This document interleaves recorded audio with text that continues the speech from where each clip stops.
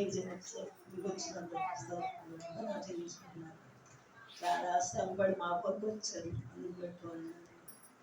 November 8 నేను బాప్తిసం తీసుకున్నాను.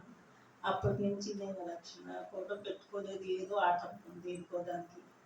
అదే కాదు, నా భర్త కూడా అంటే నీ రెక్కల కష్టాలతో నువ్వు అనుభవించదు అని దేవుడు చెప్పాడు. అది మాకు నెరవేరింది. అదే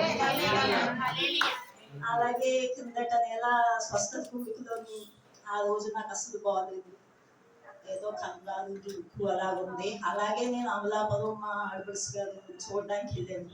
వచ్చి 7 అయిపోయింది. వచ్చేసరికి ఫ్రెష్ అయ్యి కొంచెంసేపు అలా పడుకునే నేను వాక్యం విన్నాను. కూర్చోలేకపోయాను. అలా ఉంటుంటే అప్పుడు పాస్టర్ గారు ప్రవచించారు. రత్నశ్రీ గారు, నువ్వు జడేకు, నువ్వు దుడుకుగా ఉన్నావు, కంగారుగా ఉన్నావు, నువ్వు ఉంటానని చెప్పారు. అందుని బట్టి దేవుని కృతజ్ఞతాస్తుతులు చెల్లించుకుంటున్నాను. నా భర్త రక్షణ పొందారు. నా వాళ్ళందరూ రక్షణ. నేను నా ఇంటి వారు దేవుడిని సేవించాను. అలాగే చెప్పారు, నేను నా ఇంటి వారు దేవుని సేవించాలి అని వాక్యం చెప్పారు. ఆ వాక్యం నాకు బాగా జ్ఞాపకం. ఈ చిన్న సాక్ష్యం దేవుని